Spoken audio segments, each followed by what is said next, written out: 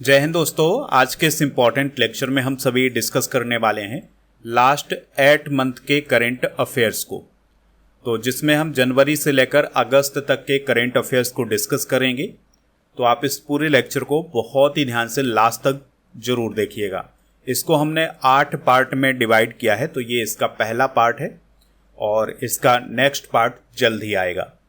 तो पहला और इम्पॉर्टेंट क्वेश्चन है, वर्ष 2026 में कुल कितने पद्म पुरस्कार प्रदान किए गए हैं?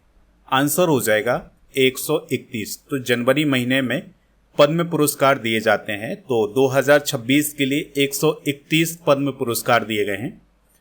और पद्म पुरस्कार 3 प्रकार के होते हैं, तो पद्म विभूषण, पद्म भूषण और पद्मश्री।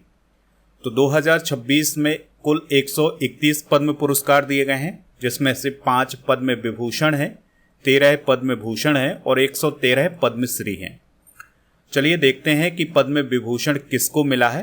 तो धर्मेंद्र को मिला है, जो कि भारत के एक प्रसिद्ध एक्टर थे, तो उनको मरणोपरांत दिया गया है। इनका संबंध महाराष्ट्र से था। केटी थॉमस को दिया गया है, ये केरल से संबंधित थे। एन राजम को दिया गया है, ये उत्तर प्रदेश से संबंधित हैं।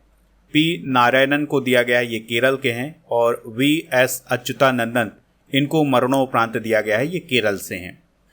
अब हम बात करेंगे पद्म भूषण की। तो पद्म भूषण 13 लोगों को दिया गया है, जिसमें अलका याग्निक हैं, भगत सिंह कोश्यारी हैं, कलीपति रामास्वामी पलानी स्वामी हैं, ये तमिलनाडु के हैं। और मम्मूटी, ये केरल से संबंधित हैं। इसके अलावा डॉक्टर नौरी दत्ता तेयूडू को दिया गया है, ये अमेरिका के हैं।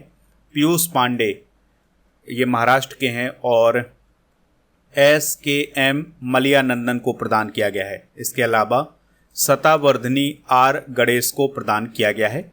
और शिबू सोरेन को मरणोपरांत दिया गया है। इनका संबंध झारखंड से है और ये झारखंड के पूर्व चीफ मिनिस्टर भी हैं।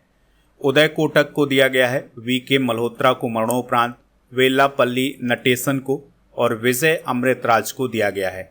तो दोस्तों, ये हैं 13 पद्म भूषण विजेता। पद्मश्री तो बहुत सारे हैं, लेकिन उनमें से आपको कुछ नाम याद रखने हैं। तो रोहित शर्मा क्रिकेटर हैं, हरमनप्रीत कौर और हॉकी खिलाड़ी सविता पूनिया और एक्टर सतीश शाह को मरणोपरांत दिया गया है। और एक्टर R माधवन को भी पद्मश्री 2026 से सम्मानित किया गया है। अगला क्वेश्चन है, अजित पवार किस स्टेट के डिप्टी चीफ मिनिस्टर थे जिनका प्लेन क्रैश में निधन हो गया था? आंसर हो जाएगा महाराष्ट्र। तो महाराष्ट्र के deputy chief minister Ajit Pawar ji का जनवरी महीने में निधन हो गया था। 28 जनवरी 2026 को उनका निधन हुआ था प्लेन क्रैश के कारण। ठीक है, तो उनका जो चार्टेड प्लेन था ये क्रैश हो गया था, जिसमें उनकी मौत हो गई थी। गोल्डन ग्लोब अवार्ड 2026 में बेस्ट फिल्म ड्रामा का अवार्ड किसे मिला है? आंसर हो जाएगा हैमनेट को। तो 2026 में गोल्डन ग्लोब अवार्ड में बेस्ट फिल्म ड्रामा का अवार्ड हैमनेट को मिला है। गोल्डन ग्लोब अवार्ड एक इंटरनेशनल फिल्म और टेलीविज़न अवार्ड है। 1944 में इसकी शुरुआत हुई थी और यह हॉलीवुड के सबसे प्रतिष्ठित अवार्ड माने जाते हैं। तो बेस्ट फिल्म ड्रामा का अवार्ड हैमनेट को मिला है और बेस्ट फिल्म म्यूजिकल कॉमेडी का award one battle after another को मिला है। बेस्ट डायरेक्टर का अवार्ड पॉल थॉमस एंडरसन को मिला है। और किस फिल्म के लिए मिला है इन्हें? वन बैटल आफ्टर अनदर के लिए। अगला क्वेश्चन है, इसरो का PSLV C62 मिशन असफल हो गया है, यह कब लॉन्च किया गया था? आंसर हो जाएगा 12 जनवरी 2026 को। तो दोस्तों, 2026 में इसरो का यह पहला मिशन था और इसको 12 जनवरी 2026 को सुबह 10:17 पर लॉन्च किया गया था। और इसको सतीश धवन स्पेस सेंटर श्रीहरिकोटा आंध्र प्रदेश से लॉन्च किया गया था। और इसमें PSLV C62 रॉकेट का इस्तेमाल किया गया था। इसमें कुल 16 सैटेलाइट थे, जिसमें भारत का जो मुख्य सैटेलाइट था वो था अन्वेषा या EOSN-1। इसके अलावा दोस्तों, इसमें UK, नेपाल, ब्राज़ील सहित कई देशों के सैटेलाइट थे। और इसका परिणाम ये हुआ कि रॉकेट लॉन्चिंग के तीसरे चरण में गड़बड़ी आ गई, जिसके कारण वह रास्ता भटक गया था। इससे पहले मई 2025 में भी PSLV C61 मिशन लॉन्च किया गया था, वो भी असफल रहा है। तो ये दोनों पॉइंट याद रखिएगा कि PSLV C61 और PSLV C-62, ये दोनों मिशन भारत के असफल मिशन रहे हैं। अगला क्वेश्चन है, सुभाष चंद्र बोस आपदा प्रबंधन पुरस्कार 2026 व्यक्तिगत श्रेणी में किसे प्रदान किया गया है? आंसर हो जाएगा सीता अशोक सेल्के को। तो दोस्तों, सुभाष चंद्र बोस आपदा प्रबंधन पुरस्कार जो है ये आपदा प्रबंधन के क्षेत्र में दिया जाता है, ठीक है, यानी डिजास्टर मैनेजमेंट के क्षेत्र में दिया जाता है। तो संस्थागत श्रेणी में सिक्किम राज्य आपदा प्रबंधन प्राधिकरण को दिया गया है, जबकि व्यक्तिगत श्रेणी में लेफ्टिनेंट कर्नल सीता अशोक सेल्के को दिया गया है। तो संस्थागत श्रेणी में अगर ये पुरस्कार दिया जाता है तो इसके अंतर्गत 51 लाख रुपए की राशि दी जाती है और व्यक्तिगत रूप से दिए जाने वाले अवार्ड में 5 लाख का नगद पुरस्कार दिया जाता है। अगला क्वेश्चन है, इंदिरा गांधी शांति पुरस्कार 2025 किसे दिया जाएगा? तो आंसर हो जाएगा ग्रासा मासेल को। तो दोस्तों, इंदिरा गांधी शांति निरस्त्रीकरण और विकास पुरस्कार 2025 ग्रासा मासेल को दिया जाएगा। इनका संबंध मोजाम्बिक देश से है। तो ये मोजाम्बिक की एक लीडर हैं, समाज सेवी हैं और ह्यूमन राइट्स एक्टिविस्ट भी हैं। बात करते हैं इंदिरा गांधी शांति पुरस्कार की। इसे इंदिरा गांधी शांति निरस्त्रीकरण और विकास पुरस्कार भी बोला जाता है और यह एक इंटरनेशनल पुरस्कार है। 1986 में इसकी स्थापना हुई थी। इसके अंतर्गत 25 लाख रुपए की नगद राशि दी जाती है। गणतंत्र दिवस समारोह 2026 पर अशोक चक्र से किसे सम्मानित किया गया था? आंसर हो जाएगा इसका शुभांशु शुक्ला जी को। तो दोस्तों, गणतंत्र दिवस 2026 के मौके पर भारतीय वायुसेना के ग्रुप कैप्टन अंतरिक्ष यात्री शुभांशु शुक्ला को अशोक चक्र से सम्मानित किया गया था। शुभांशु शुक्ला के बारे में आपको क्या याद रखना है कि वह अंतर्राष्ट्रीय अंतरिक्ष स्टेशन पर जाने वाले पहले इंडियन हैं। विजय हजारे ट्रॉफी 2025-26 को किसने जीता है? सबसे पहले याद रखिएगा कि ये जो विजय हजारे ट्रॉफी है ये क्रिकेट से रिलेटेड है, ठीक है। तो 2025-26 में इसको विदर्भ ने जीता है। किसने जीता है दोस्तों? विदर्भ ने। तो विदर्भ ने पहली बार विजय हजारे ट्रॉफी 2025-26 का टाइटल जीता है। इस बार इसका 33वां संस्करण आयोजित किया गया था। उपविजेता सौराष्ट्र रहा है। अमेरिका ने किस देश के राष्ट्रपति को गिरफ्तार किया है इस साल 2026 में? तो आंसर हो जाएगा वेनेजुएला। तो दोस्तों, अमेरिका के द्वारा 3 जनवरी 2026 को वेनेजुएला के राष्ट्रपति निकोलस मादुरो और उनकी पत्नी को गिरफ्तार किया गया था और उन्हें हिरासत में लिए जाने के बाद अमेरिका ले जाया गया था। अगला क्वेश्चन है, राष्ट्रीय जांच एजेंसी जिसे हम NIA बोलते हैं या नेशनल इन्वेस्टिगेशन एजेंसी बोलते हैं, तो उसके महानिदेशक कौन बने हैं? तो राकेश अग्रवाल दोस्तों NIA के महानिदेशक बने हैं, ठीक है। और उनका जो कार्यकाल होगा ये अगस्त 2028 तक होगा। NIA की स्थापना 2008 में हुई थी। नई दिल्ली में इसका मुख्यालय है और आतंकवाद और उससे जुड़े अपराधों की जांच करना इसका प्रमुख काम होता है। खेलो इंडिया बीच गेम्स 2026 की जो मेडल टैली थी इस साल की, उसमें पहला स्थान किसने हासिल किया है? आंसर हो जाएगा इसका कर्नाटक। तो दोस्तों, खेलो इंडिया बीच गेम्स 2026 जो हाल ही में आयोजित किए गए थे दीव के घोगला बीच में, तो उसमें कर्नाटक ने मेडल टैली में पहला स्थान हासिल किया है। और ये जो गेम्स आयोजित किए गए थे यह इसका दूसरा संस्करण था। पर्ल इसका शुभंकर था जो कि एक डॉल्फिन थी, ठीक है। तो कर्नाटक ने 3 गोल्ड, 2 सिल्वर और 6 ब्रॉन्ज मेडल जीते थे और कुल 11 मेडल जीते थे। दूसरे पर तमिलनाडु, तीसरे पर मणिपुर, चौथे पर मध्य प्रदेश और 5वें नंबर पर हरियाणा रहा है। 500 सिंगल्स मुकाबले जीतने वाली पहली भारतीय शटलर यानी कि बैडमिंटन खिलाड़ी कौन बनी है? तो उनका नाम है PV सिंधु। तो PV सिंधु 500 सिंगल्स मुकाबले जीतने वाली पहली बैडमिंटन खिलाड़ी बनी है और दोस्तों वे यह उपलब्धि हासिल करने वाली दुनिया की 6वीं खिलाड़ी भी हैं। नेक्स्ट क्वेश्चन की तरफ बढ़ते हैं। क्वेश्चन क्या है? ITBP के नए डायरेक्टर जनरल यानी महानिदेशक कौन नियुक्त किए गए हैं? तो शत्रुजीत सिंह कपूर नियुक्त किए गए हैं।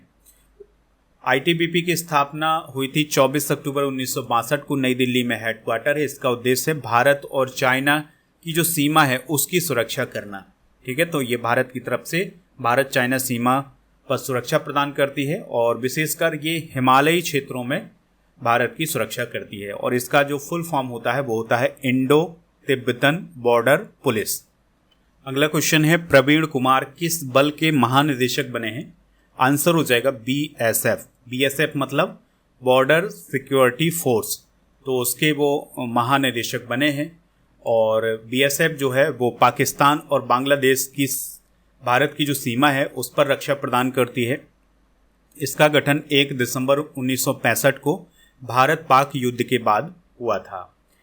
किस देश ने आधिकारिक रूप से विश्व स्वास्थ्य संगठन यानी WHO से अलग होने की घोषणा की है? तो ये काम किया है अमेरिका ने, यानी अमेरिका जो है अब आधिकारिक रूप से विश्व स्वास्थ्य संगठन से अलग हो गया है।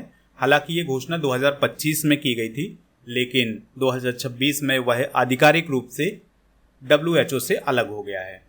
विश्व स्वास्थ्य संगठन संयुक्त राष्ट्र की एक एजेंसी है जिसकी स्थापना 1948 में हुई थी। जेनेवा स्विट्जरलैंड में इसका मुख्यालय है। WPL यानी वुमेन्स प्रीमियर लीग के इतिहास का पहला शतक किस खिलाड़ी ने बनाया है? तो उनका नाम है नेट साइबर ब्रंट। तो दोस्तों WPL यानी महिला प्रीमियर लीग के इतिहास का पहला शतक मुंबई इंडियंस की नेट साइबर ब्रंट ने बनाया है। उन्होंने यह उपलब्धि RCB के खिलाफ प्राप्त की थी। अगला क्वेश्चन है 77वीं गणतंत्र दिवस परेड में ऑल मैन यूनिट को लीड करने वाली पहली महिला अधिकारी कौन बनी है? तो उनका नाम है दोस्तों सिमरन बाला। तो 26 जनवरी को कर्तव्य पथ पर जो 77वीं गणतंत्र दिवस परेड हुई थी उसमें CRPF असिस्टेंट कमांडेंट सिमरन बाला ने 140 मेल कमांडेंट की ऑल मैन यूनिट को लीड किया था और वो ऐसा करने वाली पहली महिला बनी थी। अगला क्वेश्चन है कासीबा जाकी कारीबा परमाणु ऊर्जा संयंत्र किस देश में स्थित है जिसे हाल ही में शुरू किया गया है? तो ये जापान में स्थित है और विश्व के बड़े परमाणु ऊर्जा संयंत्रों में से एक माना जाता है। 2011 में इसको बंद किया गया था, अब इसको फिर से शुरू किया गया है। तो ये क्वेश्चन एग्जाम में बन सकता है, इसलिए इसको आप नोट जरूर करिएगा। इंडिया मैन्युफैक्चरिंग इंडेक्स 2026 में भारत को कौन सा स्थान मिला है? तो भारत को 6वां स्थान मिला है। तो दोस्तों हाल ही में एशिया मैन्युफैक्चरिंग इंडेक्स 2026 को जारी किया गया है जिसमें इंडिया 6वें स्थान पर है और पहले स्थान पर है चाइना, दूसरे पर मलेशिया, तीसरे पर वियतनाम, चौथे पर सिंगापुर और 5वें स्थान पर साउथ कोरिया है। 6ठे पर भारत है। अगला क्वेश्चन है कुंभलगढ़ वन्यजीव अभ्यारण्य किस स्टेट में है जिसे हाल ही में पर्यावरण के लिए संवेदनशील क्षेत्र घोषित किया गया है?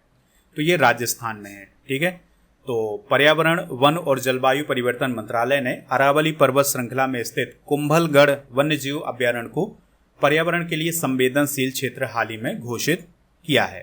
तो इस क्षेत्र की वनस्पति और जीवों का संरक्षण करने के लिए ये फैसला लिया गया है भारत के पर्यावरण मंत्रालय के द्वारा। अच्छा, पर्यावरण मंत्री कौन है वर्तमान में भारत के, ये आप कमेंट बॉक्स में बताइएगा। हाल ही में किस देश ने यूरो मुद्रा को अपनाया है? आंसर हो जाएगा रोमानिया। तो रोमानिया देश जो है वो अब यूरो मुद्रा को अपना चुका है। अगला क्वेश्चन है हाल ही में किस देश ने यूरो करेंसी को अपनाया है? आंसर हो जाएगा बुल्गारिया। तो बुल्गारिया देश यूरो करेंसी को अपनाने वाला 21वां सदस्य देश बना है। बुल्गारिया यूरोप महाद्वीप में स्थित है। सोफिया इसकी राजधानी है। इसकी सीमा रोमानिया, सर्बिया, उत्तरी मैसेडोनिया, ग्रीस और तुर्की से लगती है और इसका समुद्र तट पूर्व में काला सागर से लगता है। ठीक है, तो यहाँ पर आप देख सकते हैं ये है बुल्गारिया और इसके पूर्व में स्थित है ब्लैक सी और यह यूरोपियन यूनियन और नाटो का भी मेंबर है। इंडिया ओपन बैडमिंटन 2026 का पुरुष एकल का खिताब किसने जीता है? तो ये जीता है लिन चुन ई ने। तो इंडिया ओपन बैडमिंटन 2026 का जो आयोजन है ये दिल्ली में किया गया था। इस बार इसका 24वां संस्करण हुआ था। इसको ताइवान के लिन चुन ई ने पुरुष एकल में जीता था और महिला एकल में आन से यांग ने जीता था जो कि साउथ कोरिया की थी। अगला क्वेश्चन है भारत ने पहली खुली समुद्री मछली पालन परियोजना कहाँ शुरू की है? तो ये अंडमान सागर में शुरू की है। ठीक है, और यह परियोजना नॉर्थ वे श्री विजयापुरम में स्थापित की गई है। अगला क्वेश्चन है साइना नेहवाल का रिलेशन किस खेल से था जिन्होंने संन्यास ले लिया है? आंसर हो जाएगा बैडमिंटन। तो भारत की बैडमिंटन की सबसे बड़ी खिलाड़ियों में से एक है साइना नेहवाल। तो उन्होंने हाल ही में बैडमिंटन से संन्यास लेने की घोषणा की है। उन्होंने आखिरी बार सिंगापुर ओपन खेला था 2023 में, और ओलंपिक 2012 के अंदर उन्होंने ब्रॉन्ज मेडल जीता था बैडमिंटन में। और 2012 के जो ओलंपिक हैं ये लंदन में हुए थे, इस बात को भी आप याद रखिएगा। और साइना नेहवाल ओलंपिक में मेडल जीतने वाली पहली बैडमिंटन खिलाड़ी भी हैं। स्टेट बैंक ऑफ इंडिया यानी SBI की रिपोर्ट के अनुसार भारत किस वर्ष तक उच्च मध्यम आय वाला देश बन जाएगा? 2030 तक। तो हाल ही में SBI की रिपोर्ट आई है जिसमें यह कहा गया है कि भारत 2030 तक उच्च मध्यम आय वाला देश बन जाएगा, और भारत की जो प्रति व्यक्ति आय हो जाएगी वो लगभग 4000 अमेरिकी डॉलर हो जाएगी। और भारत विश्व बैंक के वर्गीकरण में चाइना और इंडोनेशिया जैसे देशों की श्रेणी में आ जाएगा। ये बात इस रिपोर्ट में कही गई है। अखिल भारतीय पीठासीन अधिकारी सम्मेलन किस राज्य की विधानसभा में आयोजित किया गया है 2026 वाला? आंसर हो जाएगा उत्तर प्रदेश। एग्जाम में पूछा जा सकता है, इसलिए इसे आप नोट जरूर करिएगा। तो उत्तर प्रदेश की विधानसभा में जनवरी में 86वां अखिल भारतीय पीठासीन अधिकारी सम्मेलन आयोजित हुआ था, जिसमें देश भर की जो विधानसभाएं हैं उनके जो विधानसभा अध्यक्ष हैं, उपाध्यक्ष हैं, वो शामिल हुए थे। और इसके अलावा इसमें लोकसभा के जो अध्यक्ष हैं ओम बिरला जी, वो भी शामिल हुए थे। अगला क्वेश्चन है, योवेरी मुसेवेनी किस देश के 7वीं बार प्रेसिडेंट बने हैं? तो ये युगांडा के बने हैं। ठीक है, तो वो 1986 से युगांडा के राष्ट्रपति हैं और अब वो 7वीं बार वहाँ के राष्ट्रपति बने हैं। युगांडा जो है अफ्रीका महाद्वीप में स्थित है। कंपाला इसकी राजधानी है और इसकी सीमा Kenya, Tanzania, Rwanda, South Sudan और DRC से लगती है। अगला क्वेश्चन है, पद्म पाणि पुरस्कार 2026 किसे दिया जाएगा? आंसर हो जाएगा इलैया राजा को। तो भारत के प्रसिद्ध संगीतकार हैं इलैया राजा, तो उन्हें पद्म पाणि पुरस्कार 2026 प्रदान किया गया है। फिंके नदी किस देश में स्थित है जिसे दुनिया की सबसे पुरानी बहने वाली नदी के रूप में मान्यता मिली है? आंसर हो जाएगा ऑस्ट्रेलिया। तो वैज्ञानिकों के अनुसार ऑस्ट्रेलिया में बहने वाली जो फिंके नदी है ये दुनिया की सबसे पुरानी जीवित नदी मानी गई है, और इस नदी का जो निर्माण है वो 30 से 40 करोड़ वर्ष पहले हुआ था। भारत की पहली वंदे भारत स्लीपर ट्रेन किस मार्ग पर चलाई गई है? तो ये हावड़ा से गुवाहाटी के बीच में चलाई गई है। तो प्रधानमंत्री नरेंद्र मोदी जी ने इस ट्रेन का उद्घाटन किया था, और ये हावड़ा यानी पश्चिम बंगाल से गुवाहाटी यानी असम के बीच चल रही है। अगला क्वेश्चन है, 17वां त्रिपक्षीय अभ्यास दोस्ती कहाँ आयोजित किया गया है? तो ये मालदीव में आयोजित किया गया है। तो दोस्ती अभ्यास का आयोजन हाल ही में मालदीव की राजधानी माले में हुआ है, और इसमें इंडियन कोस्ट गार्ड और श्रीलंका का कोस्ट गार्ड और मालदीव का जो राष्ट्रीय रक्षा बल है वो शामिल हुआ था। और यह अभ्यास पहली बार 1991 में आयोजित किया गया था। पहले इसमें भारत मालदीव शामिल होते थे, बाद में 2012 में श्रीलंका भी इसमें शामिल हो गया। कुछ इंपॉर्टेंट सैन्य अभ्यास डिस्कस करते हैं, जैसे एकता अभ्यास Bharat Maldives, desert cyclone second अभ्यास भारत UAE, एक्वेरियन अभ्यास भारत मालदीव और हरिमाऊ शक्ति अभ्यास भारत मलेशिया के बीच हुआ था। गरुण शक्ति अभ्यास भारत इंडोनेशिया, सूर्यकिरण अभ्यास भारत नेपाल, मित्र शक्ति भारत श्रीलंका, अजय वॉरियर भारत और UK, और गरुण भारत फ्रांस के बीच होता है, और विनवैक्स अभ्यास भारत वियतनाम के बीच होता है। भारत सरकार ने किस देश से भारतीयों की वापसी के लिए ऑपरेशन स्वदेश शुरू किया था? आंसर हो जाएगा ईरान। तो ईरान से भारतीयों को वापस लाने के लिए ऑपरेशन स्वदेश शुरू किया था 2026 में। ठीक है, तो वहाँ पर विरोध हिंसक हो गए थे, यानी कि वहाँ पर जो विरोध प्रदर्शन चल रहे थे वो हिंसक हो गए थे। इसके कारण भारत को ऑपरेशन स्वदेश चलाना पड़ा था वहाँ से भारतीयों को वापस लाने के लिए। दुनिया का दूसरा सबसे बड़ा 5G उपयोगकर्ता कौन सा देश बना है? वो बना है इंडिया। तो दुनिया का दूसरा सबसे बड़ा 5G उपयोगकर्ता देश बना है इंडिया।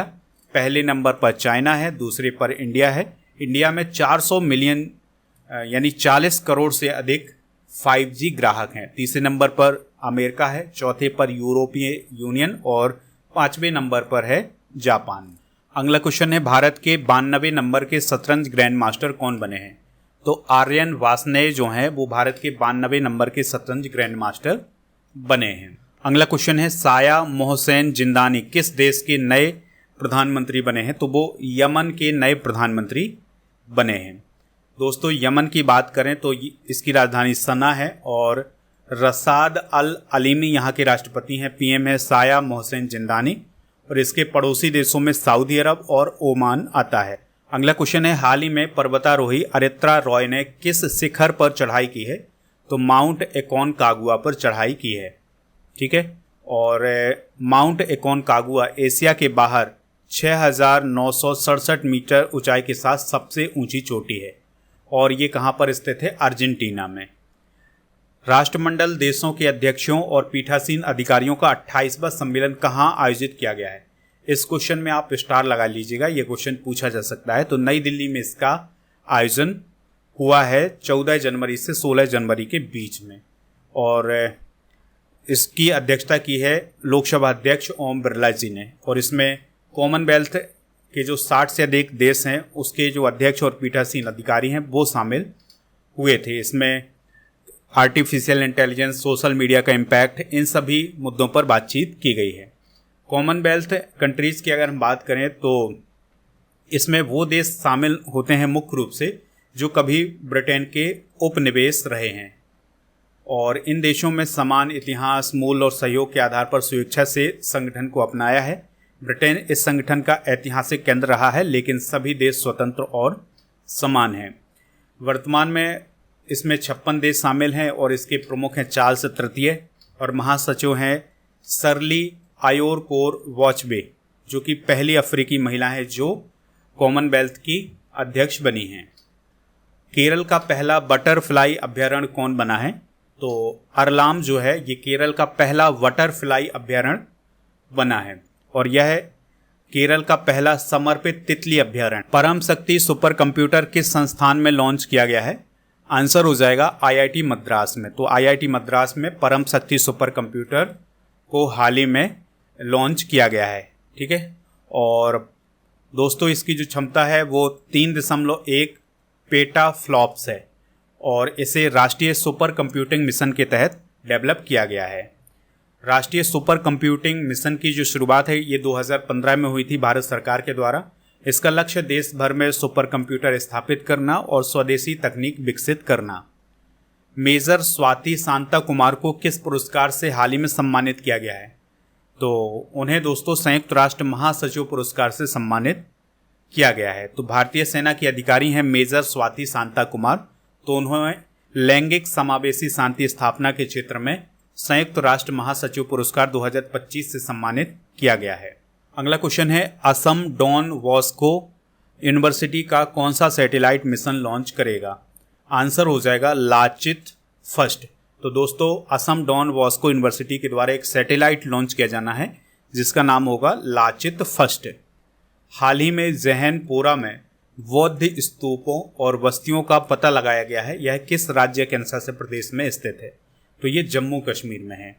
तो पुरातत्वविदों ने एक फ्रांसीसी संग्रहालय से मिली एक सदी पुरानी तस्वीर का उपयोग करते हुए बारामूला जिले यानी जो कि जम्मू कश्मीर में है उसके जैहनपुरा में बौद्ध स्तूपों और बस्तियों का पता लगाया है। अरुणाचल प्रदेश का कौन सा जिला भारत का पहला बायो हैप्पी जिला बनेगा? तो इसका नाम होगा केई पान्योर। तो दोस्तों अरुणाचल प्रदेश के केई पान्योर जिले को भारत का पहला बायो हैप्पी जिला बनने के लिए चुना गया है और ये जो प्रोजेक्ट है ये MS स्वामीनाथन अनुसंधान फाउंडेशन के द्वारा। अगला क्वेश्चन है, परमाणु ऊर्जा नियामक बोर्ड के नए अध्यक्ष कौन बने हैं? तो AK बाला सुब्रमण्यम जो हैं ये परमाणु ऊर्जा नियामक बोर्ड के नए अध्यक्ष बने हैं। परमाणु ऊर्जा नियामक बोर्ड भारत की परमाणु एवं विकिरण सुरक्षा से संबंधित एक रेगुलेटरी संस्था है और इसका गठन हुआ था 15 नवंबर 1983 को। मुख्यालय इसका मुंबई महाराष्ट्र में है। इसका प्रमुख काम है भारत के जो परमाणु ऊर्जा संयंत्र हैं उनकी सुरक्षा करना और परमाणु दुर्घटनाओं से सुरक्षा सुनिश्चित करना। अगला क्वेश्चन है, पाकिस्तान में रावलपिंडी में स्थित तक्षशिला के पास किस साम्राज्य से संबंधित सिक्के खोजे गए हैं? तो कुषाण साम्राज्य से संबंधित सिक्के हाल ही में खोजे गए हैं। तो पाकिस्तान के पुरातत्वविदों ने रावलपिंडी में स्थित तक्षशिला के पास भेर टीला क्षेत्र में लगभग 2000 वर्ष पुराने कुषाण साम्राज्य के सिक्के और लापिस लाजुली जो कि एक नीलमणि है उसके टुकड़े खोजे हैं। ये सिक्के कुषाण साम्राज्य वासुदेव के काल से संबंधित हैं। अगला क्वेश्चन है, हाल ही में उत्पन्न स्टॉर्म गोरेटी ने किस महाद्वीप को प्रभावित किया है? आंसर हो जाएगा यूरोप। तो दोस्तों, यूरोप महाद्वीप में जनवरी में स्टॉर्म गोरेटी आया था जो कि एक शक्तिशाली तूफान था। तो उसने ब्रिटेन, फ्रांस और यूरोप के बहुत सारे देशों को प्रभावित किया था। संयुक्त राष्ट्र ने किस वर्ष को अंतर्राष्ट्रीय वर्ष चारागाह और पशुपालक घोषित किया है? आंसर हो जाएगा 2026। इस क्वेश्चन को आप जरूर नोट करिएगा। तो यूनाइटेड नेशन के द्वारा 2026 को अंतर्राष्ट्रीय वर्ष चारागाह और पशुपालक घोषित किया है। इसका उद्देश्य चारागाहों और पशुपालकों की आजीविका, जैव विविधता और पारिस्थितिकी तंत्र में योगदान को मान्यता देना। भारत का पहला पूर्णतः पेपरलेस जिला अदालत कौन बना है? आंसर हो जाएगा कलपेट्टा जिला न्यायालय, वायनाड। तो केरल का जो कलपेट्टा जिला न्यायालय है जो कि वायनाड में है, वो ये भारत का पूर्णतः पेपरलेस जिला न्यायालय बना है। यानी अब यहाँ पर सारे काम डिजिटल मोड में किए जाते हैं। माधव गाडगिल का निधन हो गया है, वह कौन थे? तो दोस्तों, वह एक पर्यावरणविद थे। तो उनका निधन 7 जनवरी 2026 को हुआ है। वे साल 2010 में पश्चिमी घाट पारिस्थितिकी विशेषज्ञ पैनल के अध्यक्ष थे, जिसे गाडगिल आयोग के नाम से भी जाना जाता था। एशेज सीरीज 2025-26 को किसने जीता है? तो इसको ऑस्ट्रेलिया ने जीता है। एशेज सीरीज जो है ये क्रिकेट से रिलेटेड है और ये ऑस्ट्रेलिया और इंग्लैंड के बीच आयोजित होती है। तो 2025-26 की जो एशेज सीरीज है ये ऑस्ट्रेलिया ने जीती है इंग्लैंड को हरा करके। और दोस्तों, मिचेल स्टार्क को प्लेयर ऑफ द सीरीज चुना गया था। भारतीय विशिष्ट पहचान प्राधिकरण यानी UIDAI ने हाल ही में किस शुभंकर को लॉन्च किया है? आंसर हो जाएगा उदय। तो भारतीय विशिष्ट पहचान प्राधिकरण यानी UIDAI के द्वारा एक अपना मस्कट लॉन्च किया गया है जिसका नाम है उदय।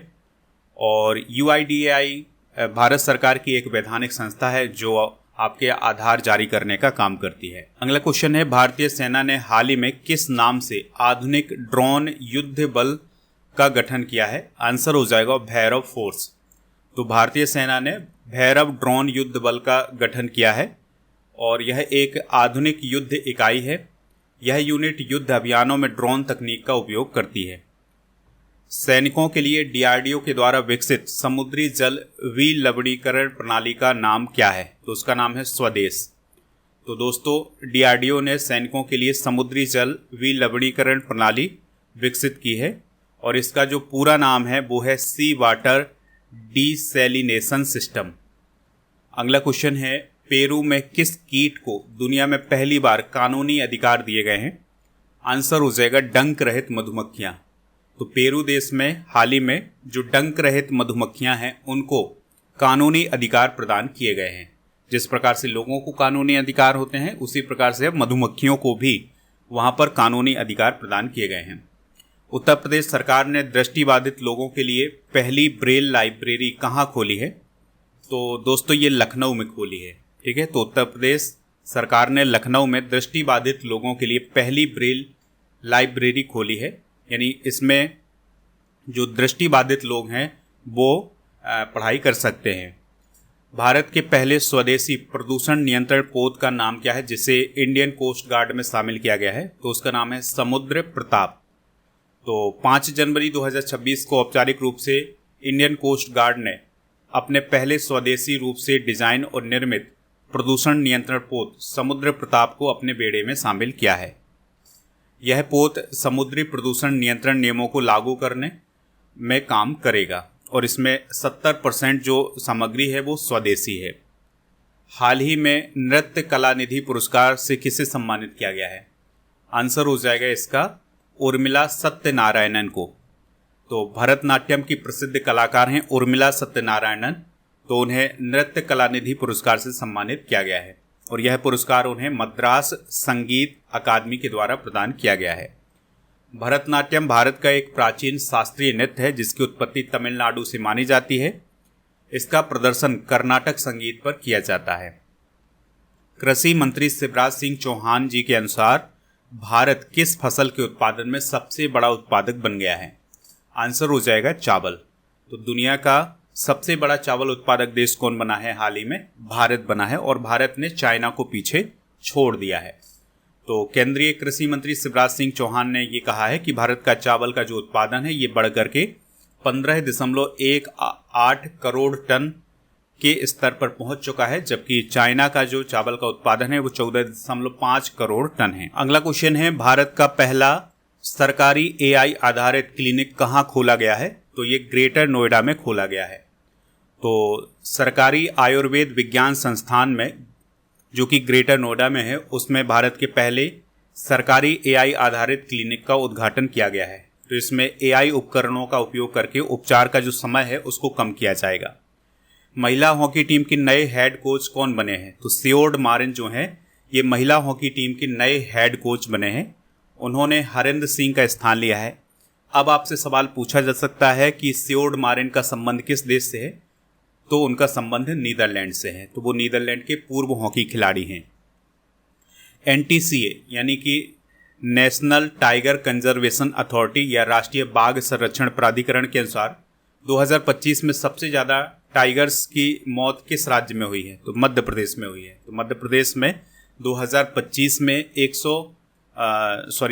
मध्य प्रदेश में 2025 में टाइगर की जो मौत हुई है वो दर्ज की गई है 55 और पूरे भारत में 166 टाइगर की मृत्यु हुई है, जबकि 2024 में नेक्स्ट क्वेश्चन है, राष्ट्रीय बाघ संरक्षण प्राधिकरण यानी NTCA के अनुसार 2025 में सबसे ज़्यादा टाइगर्स की मृत्यु किस राज्य में हुई है? तो ये हुई है मध्य प्रदेश में। तो NTCA के अनुसार 2025 में भारत में कुल 166 टाइगर्स की मौत हुई है, जिसमें मध्य प्रदेश में 55 टाइगर की मौत हुई है। फिर उसके बाद महाराष्ट्र, केरल और असम का स्थान है। हाल ही में किस राज्य सरकार ने स्कूली बच्चों के लिए अखबार पढ़ना अनिवार्य कर दिया है? तो ये काम किया है राजस्थान सरकार ने। तो राजस्थान सरकार ने हाल ही में एक नियम जारी किया है जिसमें ये कहा गया है कि जो स्कूली बच्चे हैं उन्हें अब अखबार पढ़ना अनिवार्य होगा। ठीक है, तो 10 मिनट अखबार पढ़ेंगे बच्चे राजस्थान में। दोस्तों, अब आपके लिए क्वेश्चन है जिसका आंसर कमेंट बॉक्स में बताना है। अब आप हमें ये बताइएगा कि दुनिया का दूसरा सबसे बड़ा 5G उपयोगकर्ता देश कौन बना है? जो भी इसका राइट आंसर हो कमेंट बॉक्स में हमें ज़रूर बताएं। तो आप स्टडी करके ऐप को इंस्टॉल कर लें। प्रीमियम कोर्स वाले ऑप्शन पर जाकर के लूशन का कोर्स और इसके अलावा राजा सर का जो अर्जुन जी फाउंडेशन बैच है ये आप ज्वाइन कर सकते हैं। इसके अलावा प्रीमियम कोर्स वाले ऑप्शन पर आपको बहुत सारे कॉम्बो पैक भी मिल जाएंगे, तो ये कॉम्बो पैक भी आप ज्वाइन करिएगा। प्रीमियम कोर्स वाले ऑप्शन पर आपको मंथली करेंट अफेयर्स का जो कॉम्बो पैक है ये मिल जाएगा, तो इसको प्राप्त कर लें हिंदी इंग्लिश दोनों मीडियम में। टेस्ट सीरीज वाले ऑप्शन पर आपको टेस्ट मिल जाएंगे, तो टेस्ट भी प्राप्त कर लीजिएगा। और ई बुक वाले सेक्शन पर आपको monthly current affairs, yearly current affairs, half yearly current affairs, इन सभी की ई बुक मिल जाएंगी, तो इनको प्राप्त कर लीजिएगा। जुलाई की आ गई है दोस्तों, जो मंथली करेंट अफेयर्स की ई बुक है वो आपको मिल जाएगी, तो इसको प्राप्त कर लें। और टेलीग्राम चैनल को ज्वाइन कर लें जिसका नाम स्टडी कर ऑफिशियल है। दोस्तों, ई बुक वाले सेक्शन पर जब आप जाएंगे तो आपको ये सारी ई बुक मिल जाएंगी हिंदी इंग्लिश दोनों मीडियम में, तो ये GK GS की ई बुक है, इनको प्राप्त कर लीजिएगा। और जो स्टडी कर के सोशल मीडिया प्लेटफॉर्म है उन पर भी हमें फॉलो कर लें। टेस्ट पास वाले ऑप्शन पर जाकर के ऐप में आप 4000 से ज़्यादा टेस्ट प्राप्त कर सकते हैं 1 साल की वैलिडिटी के साथ।